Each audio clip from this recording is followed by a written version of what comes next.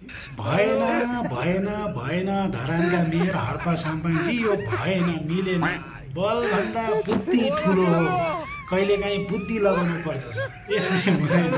एउटा दोजरले आधा घन्टामा हुने काम अब त्यहाँ शरमको नाममा शरम शोषण गरेर जनतालाई र त्यहाँ जनताका छोराछोरीलाई यसरी त्यो बेल्च फर्रो रगटेर त भएन नि हुन चाहिँ अब त्यहाँ दोजर आउनलाई अलिक केही समय लाग्ने भएर त्यहाँ काम गर्न लाग्नु भएको होला एकदम राम्रो कुरा हो तर पनि अहिले सामाजिक सञ्जालमा धेरै नै त्यही आलोचना भइरहेको छ मान्छेहरूले भनिरहेको छ होइन यो दोजर चाहिँ बालेनको एउटा प्रतीक भएर बालेनको चाहिँ एउटा चिन्ह भएको कारणले चाहिँ धरानका मेयर हर्पा साम्पाङले यो लाउन मानेन त्यसरी जनताबाट नि त्यहाँ शरम गराएर त्यो बाटो खुलायो भनेर भनिरहेको छ तर अलि मिलेन धरानका मेयर हर्पा साम्पाङ अलि मिलेन मिलाउनु पर्यो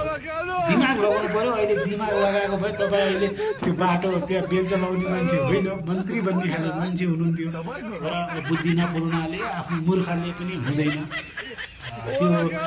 शरम गरेर मात्रै पनि विकास हुँदैन कि त्यो बाटो खनेर पाइप गाडेर त्यो गरेर नि कहिले विकास हुन्छ दिमाग लगाउनु पऱ्यो नि सरकारको पैसा छ बजेट त्यो पैसालाई राम्रो ठाउँमा लगाउनु पऱ्यो त्यही हो नि अनि मान्छेलाई काम लगाएर नि हुन्छ त्यो विकास मान्छेलाई लगाउने ठाउँमा लगाउनुपर्छ तर पनि